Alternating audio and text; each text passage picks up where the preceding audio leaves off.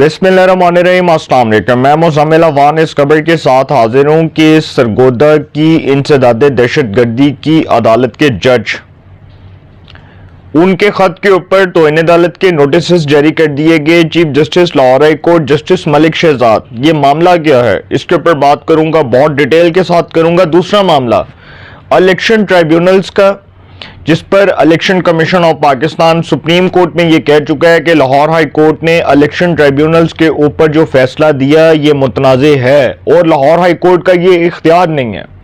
Lahore high court में चूंकि ये मामला था और जस्टिस शाहिद करीम साहब जो है वो इस केस को हेड कर रहे थे, इसके ऊपर भी बात करूंगा। दोनों मामले बड़े इंपॉर्टेंट हैं। पहला मामला है जी जस्टिस मलिक शहजाद अहमद खान साहब जो हैं उनसे मुतल्लिक है, दूसरा मामला भी उन्हीं से मुतल्लिक है। लेकिन दोनों मामलात के ऊपर जब मैं बात करूंगा तो इसमें जस्टिस शाहिद करीम साहब जो लाहौर हाई कोर्ट के जज हैं उनका भी नाम आएगा, क्योंकि इस वक्त जो पहला मामला चल रहा है एटीसी कोर्ट के जज, सरगोदा की इंसदाद दहशतगर्दी की अदालत के जज, जिन्होंने खत लिखा और उन्होंने खत में क्या लिखा है उन्होंने जो खत में रीजंस लिखी हैं उसके ऊपर तो मैं बात करूंगा।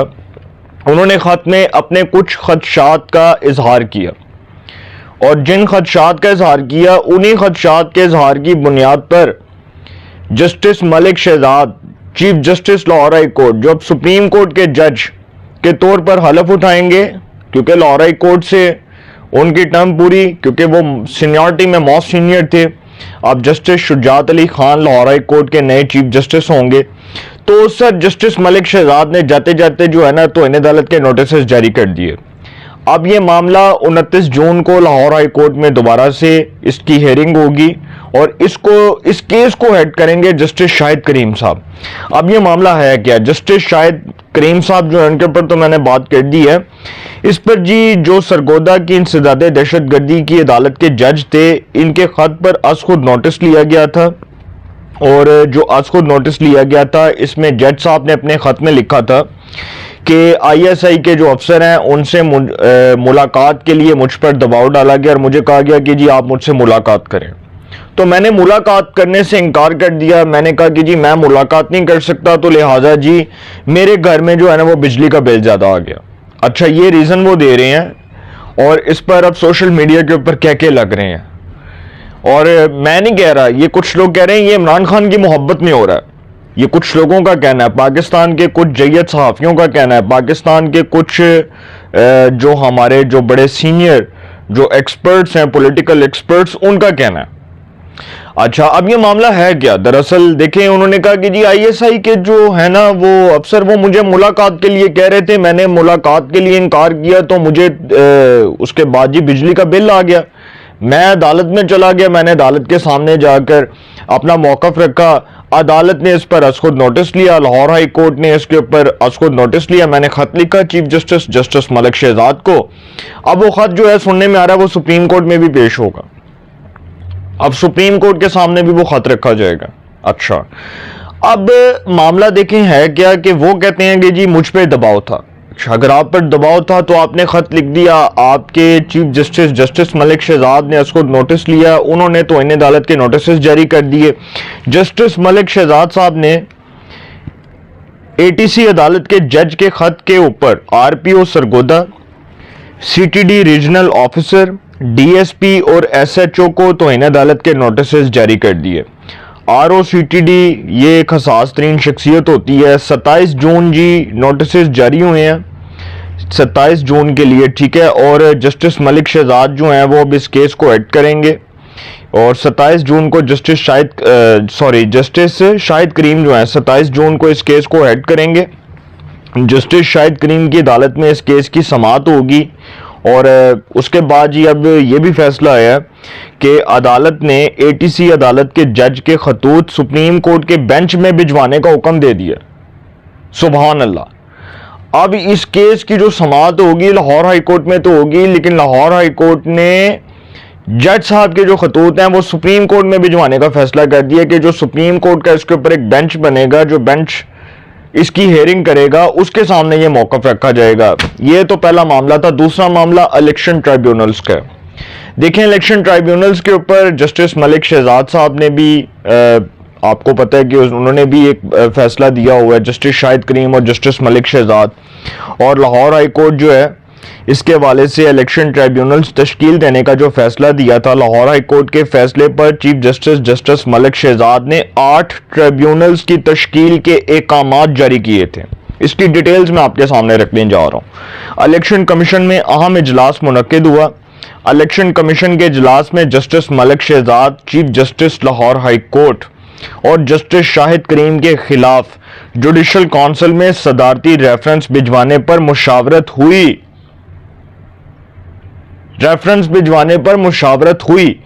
इलेक्शन कमीशन का इजलास हुआ और इलेक्शन कमीशन ने उसमें यह बैठकर कहा कि जजेस ने अपनी हदूद से तजावुज किया। उन्होंने कहा कि जजेस का यह कंडक्ट नहीं है कि वो इलेक्शन ट्राइब्यूनल्स के मामले पर इलेक्शन कमीशन के इख्तियारात को पकड़कर रौंदे और उसको कलअदम करार दे दे। ये इलेक्शन कमीशन के दायरा इख्तियार में आता है। उन्होंने जो है इजलास उसमें यह फैसला किया कि जस्टिस मलिक शहजाद और जस्टिस शाहिद करीम के खिलाफ सदारती रेफरेंस सुप्रीम जुडिशल काउंसिल में भिजवाया जाए। अच्छा, उसके बाद ये तो फैसला हो गया कि सदारती रेफरेंस पर मुशावरत हुई है और इजलास में बताया गया कि इलेक्शन एक्ट 2017 की ज़ेली शिक के तहत इलेक्शन कमीशन को मुतलका हाई कोर्ट के चीफ जस्टिस की मुशावरत के बाद ट्राइब्यूनल्स कायम करने का इख्तियार हासिल है।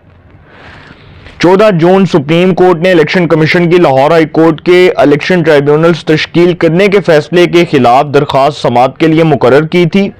14 जून को ही Lahore high court election commission ने लाहौर हाई कोर्ट का इलेक्शन ट्राइब्यूनल्स की तश्कील का फैसला सुप्रीम कोर्ट में चैलेंज किया था।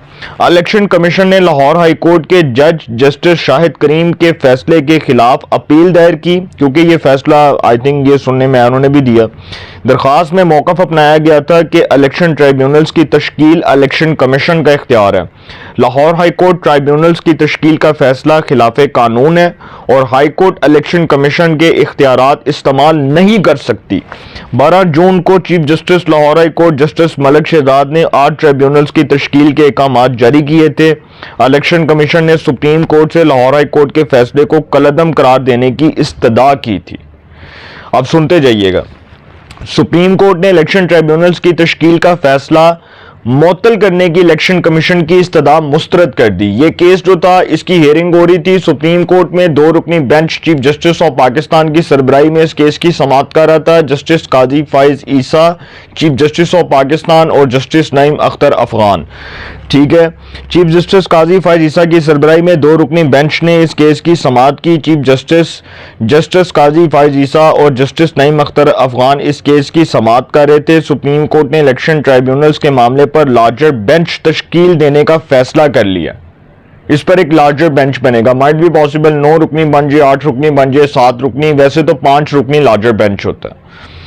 अच्छा, अब इस पर जी लार्जर बेंच तश्कील देने का फैसला किया गया इलेक्शन ट्राइब्यूनल्स के मामले के ऊपर और फ्रीकैन के दलाइल सुनने के बाद सुप्रीम कोर्ट ने लार्जर बेंच की तश्कील के लिए मामला 3 रुकनी कमेटी को भिजवा दिया। Chief justice of Pakistan justice Qazi Faez Isa ने रिमार्क्स दिए कि प्रैक्टिस एंड प्रोसीजर कमेटी में शामिल 2 जजेस इस वक्त कराची और लाहौर रजिस्ट्री में हैं।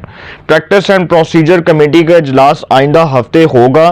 चीफ जस्टिस ने रिमार्क्स दिए कि क्या पाकिस्तान में हर चीज़ को मुतनाज़ बनाना लाजिम है। इंतखाबात की तारीख पर भी सदर मुमलिकत और इलेक्शन कमीशन में तनाज़ा था। ऑर्डिनेंस से काम चलाना है तो पार्लिमान को बंद कर दें, क्योंकि ऑर्डिनेंस लाना पार्लिमान की तौहीन है।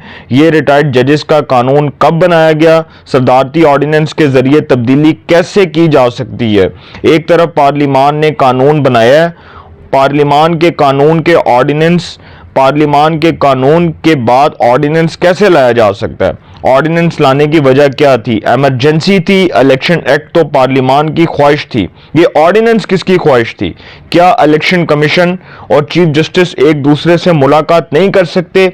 आइन बिल्कुल वाज़ेह है कि इलेक्शन ट्राइब्यूनल्स का इख्तियार इलेक्शन कमीशन को हासिल है। आर्टिकल 219 सेक्शन सी बिल्कुल वाज़ेह कर दिया। हमने आइन और कानून के तहत हलफ उठा रखा है, अदालती फैसलों पर हलफ नहीं लिया। सुप्रीम कोर्ट ने जब जब आइनी तशरीयां की, पेचीदगियां पैदा हुई। चीफ जस्टिस ने भी कह दी कि ਇਹ ਜਿਹੜੀ ਪਾਰਲੀਮਾਨ ਹੈ ਇਹ ਜੇ ਪਾਰਲੀਮਾਨ ਦੇ ਇਖਤਿਆਰ ਭਾਵੇਂ ਤੁਸੀਂ ਉਹਨੂੰ ਤੁਸੀਂ ਤਸਲੀਮ ਕਰਨ ਵਾਸਤੇ ਤਿਆਰ नहीं थे फिर बंद करो पार्लीमान ਨੂੰ ताला लाओ। एक काम पार्लियामान करे, प्रैक्टिस एंड प्रोसीजर बिल बनाए, उसको बंदयाल जैसे जजेस उठाकर उस पर हुक्म इम्तना दे दें, स्टे ऑर्डर दे दें, सिर्फ इसलिए कि मेरी सास की मोहब्बत है इमरान खान की हक में, मेरी बेटी इमरान खान से मोहब्बत करती है क्योंकि उसने पैमरा में 21वें ग्रेड की नौकरी की है, तो जी मैं जो है ना इमरान खान के खिलाफ फैसला नहीं दे सकता। गुड टू सी यू, आपको देखकर बड़ी खुशी हुई, थैंक यू वेरी मच। सिर्फ इसलिए कि जी वो ना मोहब्बत इमरान खान की है, ठीक है। और ये जो ATC अदालत के जज हैं, मैं इन पर इल्ज़ाम नहीं लगा रहा। देखें, जज एक मजाज अथॉरिटी होता है, उसके पास तौहीन अदालत की कार्रवाई का इख्तियार होता है। ये मैं आपको बहुत बार ये बात कर चुका हूँ, इसलिए क्योंकि जब मैंने आपके सामने ये मौक़िफ़ रखा है, मेरा यही मौक़िफ़ है कि मेरे लिए जुडिशरी की इज्जत और उसका वक़ार बहुत अजीज़ है। लेकिन कुछ लोगों का कहना है कि ये बेसुरी और बेतुकी बात है कि जी ISI के अफसर से आपको मुलाकात के लिए आप पर दबाव डाला गया और आप अदालत को ख़त लिख रहे हैं कि जी वो दबाव डाला, मैंने मुलाकात के लिए इनकार किया तो मुझे घर में बिजली का बिल ज़्यादा आ गया। ये कोई मंतक नहीं है, ये कोई मंतक नहीं है कुछ लोगों के मुताबिक। और कुछ लोगों का ये कहना है ये इमरान खान की मोहब्बत है। सर, जिसकी भी मोहब्बत है, दोनों मामलात बड़े हसास हैं। इलेक्शन ट्राइब्यूनल्स का मामला चीफ जस्टिस कह चुके हैं कि ये मामला इलेक्शन कमीशन का है। इसका मतलब कि बात खत्म हो जाती है, रोला ही मुक गया। जब इलेक्शन कमीशन के इख्तियारात हैं, जब इलेक्शन कमीशन के पास तमाम तर इख्तियारात हैं, जब इलेक्शन कमीशन की रिस्पॉन्सिबिलिटीज़ हैं, उसकी जिम्मेदारियां हैं, और कुछ मामलात उनके मुताबिक, उनके इख्तियारात के मुताबिक उनके पास होने चाहिए, और जब अदालत कह रही है कि जी ये मामला इलेक्शन कमीशन का है, तो फिर सर बात खत्म हो जाती है। जज साहब ATC कोर्ट के, उनका भी खत जाएगा सुप्रीम कोर्ट में, तमाशा लगेगा, सब सामने आ जाएगा। दोनों मामले जो हैं उसके ऊपर मैंने डिटेल्स आपके सामने रखी हैं। अपनी राय का कमेंट्स में ज़रूर इज़हार कीजिएगा। इंशाल्लाह एक नए सेगमेंट के साथ फिर मुलाकात होगी। अपना बहुत ख्याल रखिएगा। आला निगहबान।